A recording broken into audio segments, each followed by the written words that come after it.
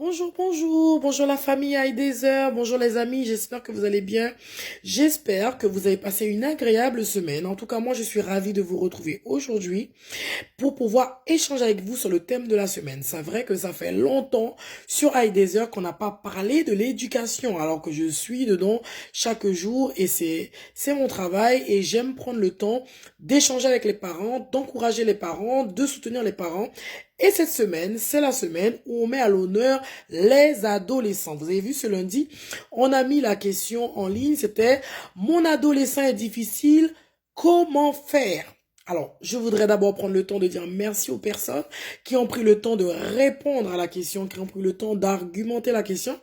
Et si toi, tu ne l'as pas encore fait, tu as encore l'occasion de répondre à la question parce que ta réponse peut être une aide pour un parent qui regarde la page Heidezer. Donc, j'encourage les personnes qui ne l'ont pas encore fait à le faire et je remercie ceux qui l'ont fait. Merci beaucoup de l'avoir fait. Notamment aussi, je voudrais remercier les personnes qui ont partagé la page, qui ont partagé les phrases fortes que nous avons pu mettre sur ce thème. Merci de les avoir partagées et j'espère que beaucoup de personnes ont été édifiées par ces phrases.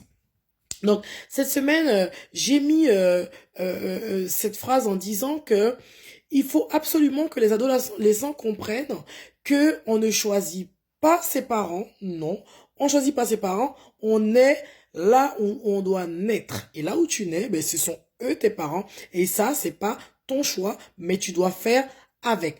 Par contre, ce que j'ai tenu à dire aussi, c'est d'apprendre aux enfants à faire des bons choix dans leurs relations. Ils ont cette possibilité de choisir leurs amis, leurs camarades. On dit souvent, dis-moi qui tu fréquentes et je te dirai qui tu es. C'est sûr que si tu fréquentes des gens, des personnes qui ont tout le temps des histoires partout où ils passent, des personnes qui ont des problèmes de comportement, des personnes qui se mettent toujours en difficulté, des personnes que partout où ils arrivent, on parle toujours d'eux, ils arrivent toujours à se faire remarquer, des jeunes, hein, ils arrivent toujours à se faire remarquer.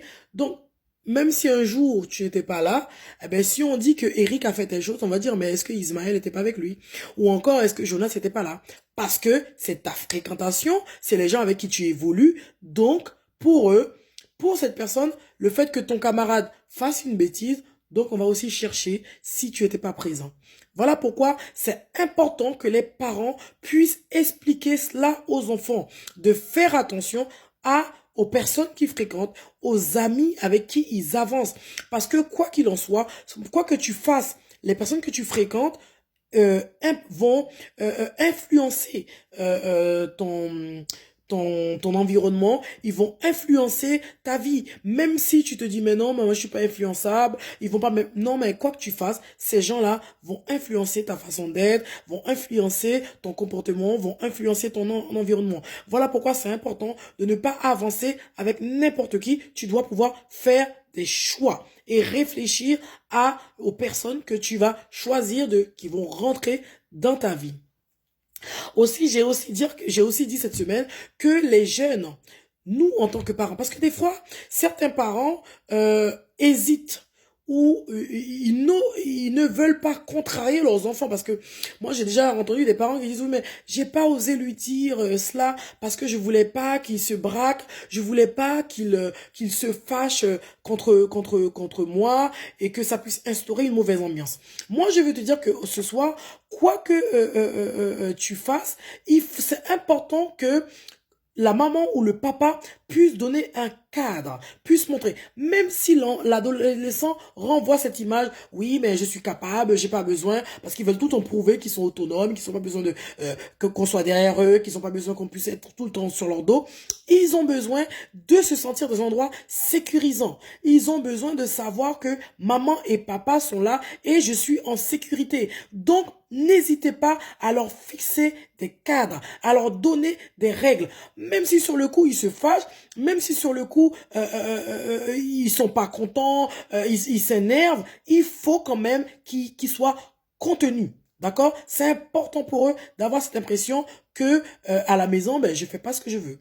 D'accord? Et même à l'extérieur, puisque l'enfant, il faut donner les codes de la société. J'ai dit, hein, cette semaine aussi, j'ai écrit que on doit donner à nos adolescents les codes pour pouvoir s'insérer dans la société. Oui, il y a des codes. Parce que c'est vrai, pendant la période adolescent, l'enfant va vouloir tester des choses au niveau du comportement, au niveau de la tenue vestimentaire. Alors, s'habiller trop large, s'habiller trop près du corps, s'habiller avec des vêtements déchirés, ne pas se coiffer. Bref, en fait, cette période-là, l'enfant se cherche. Donc, il va tester pas mal de choses.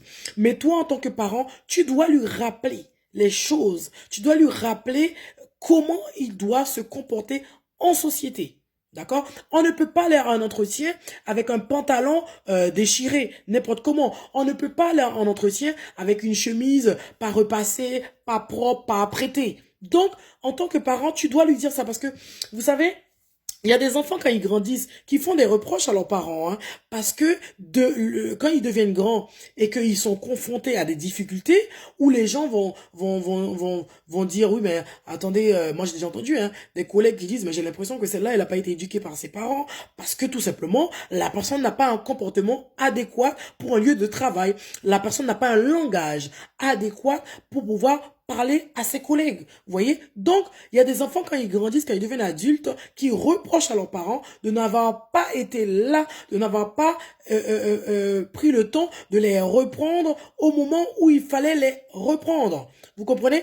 Donc, n'hésitez pas à reprendre vos enfants. N'hésitez pas à donner des conseils à votre adolescent. N'hésitez pas à le rassurer. D'accord? Parce que c'est pas... En fait, cette phase-là où l'enfant joue au rebelle, il a besoin de vous. Il a besoin de sentir que vous êtes là et que vous êtes derrière, vous l'aidez, vous l'accompagnez. D'accord? Donc, n'hésitez pas à être à votre place.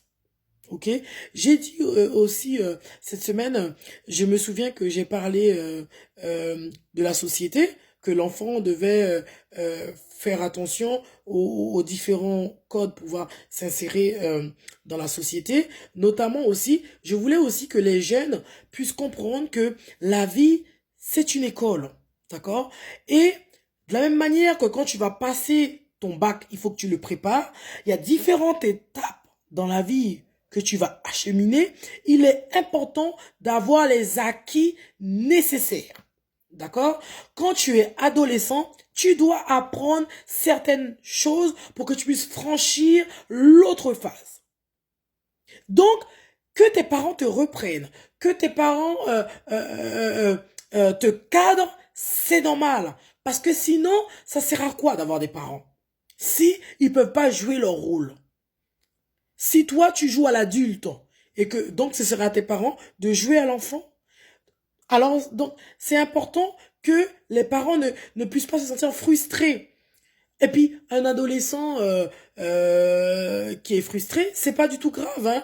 Il a les moments de frustration pour un adolescent, c'est utile parce que l'adolescent doit comprendre que dans la vie, on n'obtient pas ce qu'on veut quand on veut. Des fois, il faut attendre pour obtenir certaines choses. Des fois, il faut être patient pour obtenir certaines choses. Des fois, il faut user de sagesse pour avoir certaines choses. D'accord? Donc, quand tu vas dire à un enfant non, quand tu vas dire à ton enfant que de pas faire ça, de pas avoir ce comportement-là, de pas fréquenter un tel, il peut être dérangé, c'est pas grave. Il va être frustré, c'est pas grave. Mais il saura que demain, dans la vie, des fois, avoir des frustrations, ça détruit pas, c'est pas grave et ça permet d'acquérir des expériences. Donc, il faut pas avoir peur, en tant que parent, de prendre le temps de revenir sur certaines choses avec vos enfants.